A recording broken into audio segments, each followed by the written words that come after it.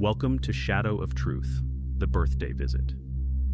That turned into a nightmare, the tragic case of Ariel Spillner, true crime documentary, The Night Everything Changed. Subscribe if you're brave enough to follow every twist, because tonight's story starts with a birthday celebration and ends with a tragedy no one saw coming. The last phone call. On a chilly Wednesday night in Milwaukee, a young woman named Ariel Spillner grabbed her keys, stepped out of her home, and told her sister she loved her, something they always said every single time, almost like a ritual of safety. Neither of them imagined that those would be the last words they would ever exchange. Ariel was 26 years old, a pharmacy student with 1 year left before graduating, a third-degree black belt, a former college basketball player, someone who loved the Packers, loved fishing, loved her family, and according to everyone who knew her, loved life in a way that drew people toward her. She was the kind of friend who always showed up. Birthdays, bad days, it didn't matter. If she said she'd be there, she'd be there. And on November 4th, she was doing what she always did, showing up for someone she cared about.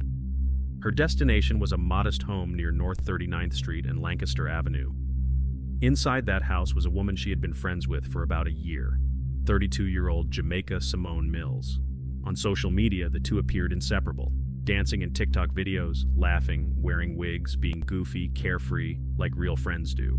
That Wednesday happened to be Mills's birthday, and Ariel, being who she was, went over to celebrate, even though she had a big academic task later that week.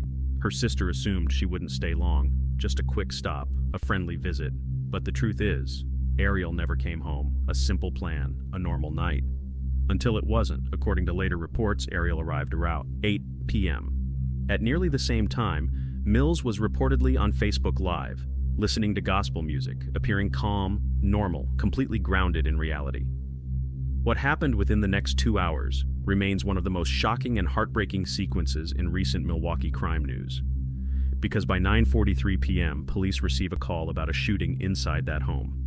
Ariel was found fatally wounded, and the alleged shooter was her friend, the same friend she came to celebrate. The first statements. When officers arrived, they also found Mills injured. She had a wound to her stomach. Initially, Mills's story was fragmented and contradictory. She reportedly told officers she couldn't remember what happened, claiming she remembered being in the living room and then waking up in the hospital. She suggested Ariel might have shot her. She insisted she had no memory of anything in between, but the more officers asked, the more the story shifted. And what came next is what investigators say unraveled the entire case. What police say happened? According to the criminal complaint, Mills eventually admitted that earlier that night, the two had smoked marijuana together. Afterward, she said she became paranoid over what exactly changed from version to version. One detail stood out. Ariel was supposedly going to trim Mills's dog's hair using scissors, but Mills allegedly said the sight, or imagined sight, of scissors made her uneasy. Investigators later noted, no scissors were found, no threats, no confrontation. Still, Mills reportedly became so paranoid that she walked away, went into her bedroom, and retrieved a firearm she legally owned. This detail matters greatly to prosecutors. She left the room, got a weapon, and came back.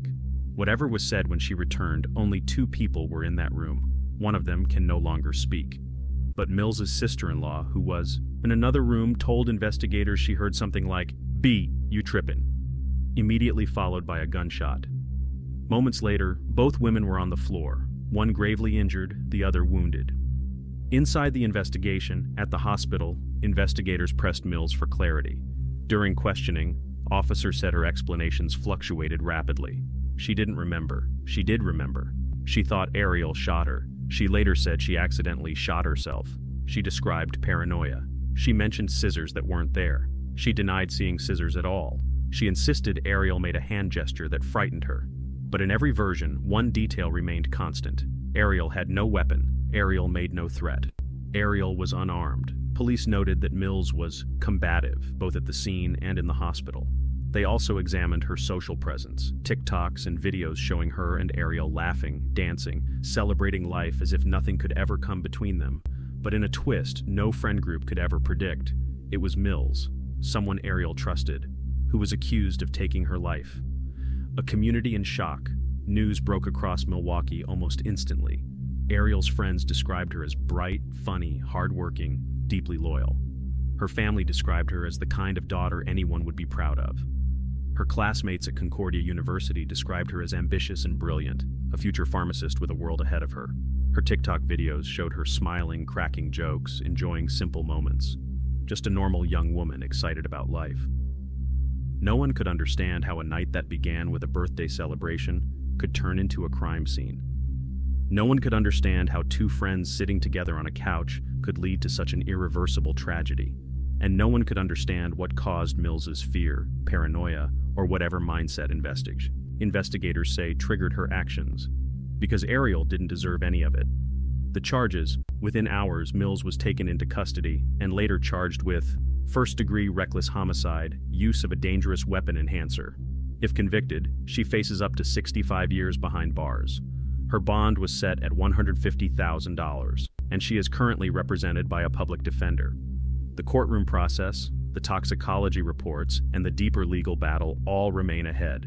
But the facts, the timeline, and the statements gathered that night paint a devastating picture. A picture of a bright future cut short. A picture of a friendship that spiraled into something unimaginable. A picture of a final moment that no one, not investigators, not family, not the public, was prepared to hear about. Paranoia, lies, and the law. Closing in. The flashing red and blue lights outside the house on North 39th Street faded into the background as paramedics rushed both women away. One young woman, Ariel, was gravely wounded. The other, Jamaica Simone Mills, had a gunshot wound to her stomach. By the time the scene quieted, yellow tape stretched across the yard, and detectives walked through the small living room, taking in the scattered details of a night gone horribly, irreversibly wrong. No signs of a struggle, no overturned furniture, no weapon near Ariel, no scissors, just a normal room, except for the violence that had taken place there minutes earlier. In the silence, the house felt frozen mid-sentence, like it was holding back the rest of the story. At the hospital, the first version. While investigators documented the scene, Mills lay in a hospital bed, hooked up to monitors, recovering from surgery on her stomach. Painkillers dulled the physical pain, but they couldn't blur what happened enough to protect her from the questions that were coming. Because the moment a suspect is medically stable, the law follows close behind.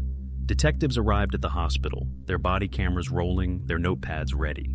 They had one goal: figure out what happened between 8 a.m. and 9:43 p.m. inside that living room. They started simple. What's the last thing you remember? According to the criminal complaint, Mills said she remembered being in the living room with Ariel and then waking up in the hospital. Nothing in between. A blank space, a blackout, a hole where the truth should be. She suggested that maybe Ariel had shot her, maybe she had passed out, maybe she just didn't know. To detectives, that answer was thin. Someone ends up dead, another shot, in a quiet house shared by friends, and the surviving person remembers almost nothing? They kept pressing, shifting stories. The more they asked, the more the story began to shift. Soon, Mills admitted that earlier that night, she and Ariel had smoked marijuana together. That detail aligned with what she would say later. She became paranoid. About what? That changed. One moment, she mentioned scissors. Ariel was supposed to trim her dog's fur. The next, she said she never really saw any scissors at all. Investigators noted that even at the house, there were no scissors found near Ariel, near the dog, or anywhere that fit the story. But according to the complaint, the core of her new version went like this. They smoked weed. She started to feel paranoid. She went to her bedroom, got her gun, and came back to the living room. Ariel made some kind of hand motion. Mills fired. She allegedly admitted that Ariel never threatened her, never lunged at her, never spoke about scissors as a weapon. Just emotion, just fear, just a trigger pulled. And suddenly, the "I don't remember" story didn't just sound weak, it sounded strategic. The witness in the next room. At first glance, this coup would have been framed as confusion in a haze of panic and drugs. But then there was another voice in the story. Mills's sister-in-law, who was in another room that night. According to the complaint, she told investigators that just before the gunshot, she heard a phrase, sharp, harsh, and ugly. "B, you trippin'." Then, almost immediately afterward, a gunshot. That single line changed the energy of the entire case. Because now, this didn't sound like an accident happening in the middle of a paranoid breakdown. It sounded like anger. It sounded like confrontation. It sounded like a choice. The law has questions. As the story made its way into the legal system, experts weighed in, and one core point echoed over and over again. Being high is not a legal excuse for killing someone. In Wisconsin, like in most states, I was too high or I was too drunk doesn't shield someone from responsibility. The only time intoxication might matter is if it was involuntary, if someone was drugged without their knowledge, forced to consume something, or had their mind altered in a way they didn't choose. That was not the case here. By Mills's own words, she and Ariel chose to smoke weed together. It was voluntary. And however her emotions spiraled afterward, the law wasn't going to let her hide behind the haze. In fact, prosecutors saw something else entirely. She left the room, went to get a gun, came back, said something heated, fired at a woman with no weapon. To them, every one of those steps sounded like intent, the enhancer. 5 more years. The charge that came down was first-degree reckless homicide, a Class B felony with a maximum sentence of up to 60 years in prison. But that wasn't all. They added a use of a dangerous weapon enhancer, which could tack on up to 5 additional years. That meant Mills was suddenly looking at a possible 65-year sentence. For a 32-year-old woman, that was basically the rest of her life. Her bond was set at $150,000. She was assigned a public defender, and the case shifted from a chaotic night in a living room to a strategic battlefield inside the courtroom. The defense side, a nearly impossible task. Somewhere in an office, a public defender opened the criminal complaint and started reading. And with each line, the challenge became clearer. A victim with no weapon.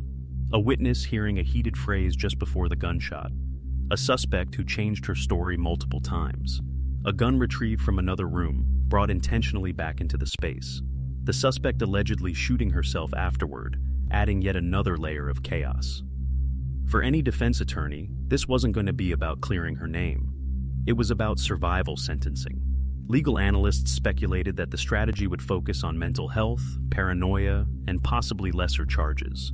Maybe pushing for a conviction under a lower felony classification, something with fewer years. Maybe arguing that this was a tragic, reckless act rather than a calculated execution. They would likely dig into her past. Any history of mental illness, any prior hospitalizations, any breakdowns documented by doctors, anything that could suggest this was the result of an unstable mind and not a cold heart. But there was a problem. According to the complaint, Mills eventually admitted she knew what she did, that she was paranoid, that she went to get the gun, that she fired. She didn't stick to a single story like, I blacked out and never remembered. She started there, and then moved into confession territory. Every shift made her look less confused and more dishonest. And in front of a jury, changing stories can be deadly. Ariel's world, frozen in time. Meanwhile, while lawyers argued about charges, intent, and legal theory, the world outside kept turning. But for Ariel's family, time stopped. Her basketball teammates, pharmacy classmates, and professors were trying to understand how someone so promising could be taken so suddenly and senselessly. Candlelight vigils were planned. Social media filled with tributes, old pictures, and videos of her laughing, playing, studying, joking around in TikToks. Her family replayed her last day in their minds, the phone call with her sister, the casual, I love you. The assumption she'd be home early because she had a big academic task later that week. Life had taught them to say, I love you often. They just never thought that night it would have to last forever. The public reaction. When the public learned that Ariel's alleged killer was not a stranger, not a stalker, not some shadowy figure, but a friend featured in her own TikToks, the shock deepened. People went back through those videos, watching the two women dance, wear wigs, laugh together. They appeared close, like sisters. To outsiders, they looked safe together. That's what made this case feel so unsettling. It wasn't a story about walking down a dark alley. It wasn't a story about a wrong place, wrong time, stranger. It was a story about trust, a story about going to celebrate a friend's birthday and never coming home. The prosecution was building a narrative of reckless decisions and deadly intent. The defense was cornered, searching for any pathway to reduce the damage. And at the center of it all was Ariel, a student, an athlete, a daughter, a friend, a life that would never get to finish the plans she started. The courtroom storm. The days after Ariel Spillner's death moved slowly for her loved ones, but rapidly for the justice system. Detectives finished processing the home on North 39th Street, and the evidence, physical, digital, emotional, was delivered to prosecutors who immediately began building the foundation for a strong case. Inside the Milwaukee County Courthouse, the lights hummed, papers fled, and attorneys walked fast with heavy folders in their arms. On the front of many of those folders was a name written in bold: Jamaica Simone Mills, first-degree reckless homicide. This was not going to be a quiet case. This was not going to be simple. Everyone knew that. The prosecutors saw a clear path, a series of decisions that, taken together, created a deadly chain reaction. They saw a suspect who retrieved a firearm, re-entered a room where her friend sat unarmed, and then pulled the trigger. They saw shifting stories, contradictory explanations, and behavior that investigators described as combative and erratic. From their vantage point, this was responsibility, plain and simple. But the defense viewed things differently. To them, the case wasn't about anger, revenge, or premeditation. It was about confusion, paranoia, impaired perception, and mental instability. They didn't argue that Ariel had threatened Mills, not when there was no evidence. They didn't argue that Ariel was armed, not when police found nothing. Instead, they argued something else. Human minds can break under pressure, and when they break, they don't always break in predictable ways. The preliminary hearing. A week later, Mills entered the courtroom wearing a standard jail jumpsuit, escorted by deputies. Her face was unreadable, blank, hollow, neither angry nor emotional. Some reporters noted that she looked exhausted, drained, or simply stunned by the weight of what she was facing. Across the courtroom sat Ariel's family, a mother clutching tissues, a sister with hands folded tightly in her lap, loved ones shaking their heads with disbelief every time a detail was read aloud. The prosecutor summarized the complaint for the judge, outlining the timeline, the witness statement, the Facebook Live from earlier that night, the inconsistent statements Mills made, the missing scissors, the fact that Ariel was unarmed, the admission that Mills retrieved the gun herself. The judge listened carefully, then determined there was probable cause. The case would move forward. Mills's attorney requested that the judge consider lowering her bond. The judge refused. The courtroom murmured. Ariel's sister closed her eyes. Mills stared at the table in front of her. The defense strategy? Searching for a lifeline. Behind closed doors, the defense was scrambling. They needed something, a mental health angle, a toxicology detail, a past diagnosis, something that could soften the blow of the charges. They likely ordered psychological evaluations, mental health history checks, toxicology analyses, medical reviews of the hospital visit, medication logs given after her self-inflicted gunshot wound, anything that could help them argue she wasn't in her right mind. But even that argument had limits, because according to the complaint, Mills admitted, she smoked voluntarily, she went to the bedroom, she got the gun intentionally, she fired intentionally, she understood a gun could cause harm, she changed her story multiple times. For a mental health defense to hold up, there needs to be a consistent inability to understand reality, not a shifting narrative that weakened her credibility. Still, the defense had a job to do, and they were preparing for the long battle ahead. The prosecution strategy, a story in 4 parts. Prosecutors were building a narrative that was clean, powerful, and persuasive. A trusted friend invited Ariel to her home. There was no confrontation, no threat, no weapon on Ariel. Mills retrieved a deadly weapon from another room. She fired at close range, killing a young woman who trusted her. They highlighted that Mills's paranoia was self-induced, not involuntary. The law did not view intoxication, marijuana, or alcohol as a shield from responsibility. And they intended to argue something even stronger. Fear is not a defense when the threat never existed. The witness's statement, "But you trippin'," would be on each of the prosecution's strongest pieces of evidence. It suggested frustration, anger, or agitation rather than terror or panic. They also prepared to show jurors the TikTok videos of the two friends together as context. Videos that once symbolized closeness would now symbolize how trust can be shattered in an instant. The public watches closely. News coverage across Wisconsin intensified.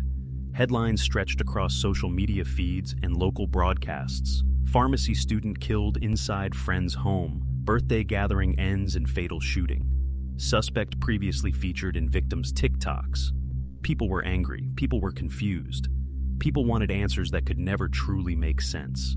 On TikTok, clips of Ariel laughing with her friends were reposted with tributes and memorial comments. College classmates uploaded videos about how dedicated she was, how she wanted to help people, how she had a future worth celebrating. Her professors described her as the student every teacher hopes for. Her family described her as the light of every room. Her community described her as the one who didn't deserve any of this. And online, people asked the same haunting question: how could this happen between friends? The future of the case. As the case moved toward trial, several things became clear. The prosecution would push for the maximum penalty. The defense would fight to reduce the charges or secure a plea deal. The court would demand clear explanations backed by evidence, not emotional speculation. There was discussion in legal circles about whether Mills might pursue a plea to avoid a 60 to 65-year sentence. But any plea deal would require acknowledgement of responsibility, and it wasn't yet clear whether she was ready to take that step. In the courtroom, timelines were set, hearings scheduled, motions planned. But one thing would never change. Ariel wasn't coming home. Her degree would never be finished. Her dreams of moving to Florida would never happen. Her TikTok videos, they'll never get new updates. Her story ended in a living room on a Wednesday night. Now the only thing left was justice. If you found this case as shocking as we did, hit the like button right now. Subscribe for more real-life crime stories told with truth, clarity, and respect. And drop a comment below. What do you think truly happened that night? See you in the next one.